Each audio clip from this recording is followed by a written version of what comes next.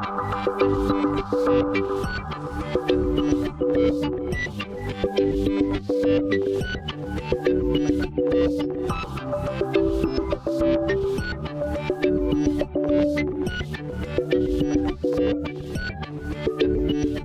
guys, it's Ninja Misty here with Ninja Andrew, and we are bringing a new segment to DorkNinjaGaming that we like to call Dork Ninja News. And our plan is to take a look at what's happening in the world of gaming and bring you those stories Monday through Friday to keep your work week exciting. So with that being said, I'm going to turn it over to Ninja Andrew so he can tell us what the topic of the day is. Okay guys, so we're going to try to pick like a somewhat relevant topic that, you know, interests at least both Misty and I that we want to talk about. And so recently, you know, maybe a little bit before the weekend, there were quite a few articles that came out about an interview with the Final Fantasy 15 director. And it says, Final Fantasy 15 director says an all-male party makes the game more approachable. And this is from an article from Mary Sue, themarysue.com, where I'm actually going to pull this from. And we'll put that in the description just because that's the article that I happen to be referencing. Not to say that there aren't a bajillion other news outlets where you could find this information, but this just had the quotes directly in the actual article, so I'm going to go to them now. And this is directly from the director of Final Fantasy 15. He says, "Speaking honestly, an all-male party feels almost more approachable for players. Even the presence of one female in the group will change their behavior, so they'll act differently. So to give the most natural feeling, to make them feel sincere and honest, having them all the same gender made sense in that way." And he then goes on to say, "The world might be ready to see the curtain lifted on what boys do when girls aren't around, when they come out of the tent all prim and proper. That's the kind of idea behind it. We think, male or female player, that everyone will feel a certain connection and bond with the four characters," right? And also there was one more quote where they said that he wants to tell a boys will be boys story. So taking from his quotes about what we can expect from the game and what we've seen of the game already, what are your opinions on that situation or that his position? I don't really have that big of a problem with it, and I know that we have differing opinions on this because I can appreciate that I don't know where they're going. I know that there are female characters in there. Whether or not you'll ever get to play as any of those, I know there's a mechanic, and then there's like this super powerful female character named Luna that we don't know a whole lot about. So I know that's out there somewhere. So I'm not exactly sure what the plan is. So it's hard for me to, you know, say that I'm going to love the game or I'm going to hate the game. I'm excited for the game. I want to play the game. And the fact that it starts out at least as, you know, kind of a boy's story doesn't bother me. And I know we've talked about, like, I don't have a problem with movies like The Outsiders or Stand By Me that are male-centered, you know, kind of that male friendship. So I don't mind. Yeah. No, definitely.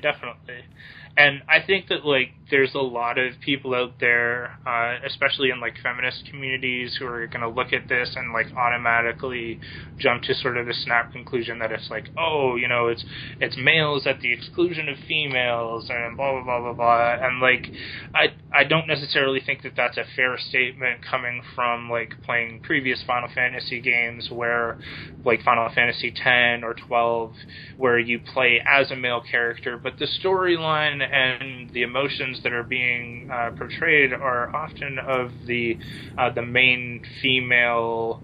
Like, I don't want to call them the protagonist because you're not playing as them, but like it's their story. I'm talking about like Yuna and Ash from those respective games. So it's like I don't think that it's necessarily fair to be like, just because you play as guys that you're, you know what I mean, somehow going to be limited from being able to experience a feminine story or feminine aspects of a story or something like that.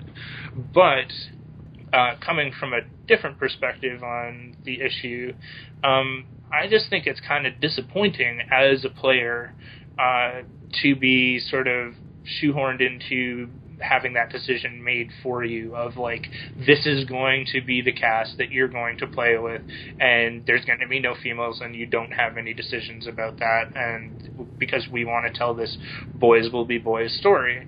And, like, you referenced The Outsiders and Stand By Me, and in this case, I'm actually going to reference two other properties, the Hangover franchise and the Entourage TV series, which are two things that, like, they represent what, to me, I refer to as bro culture, in quotation marks.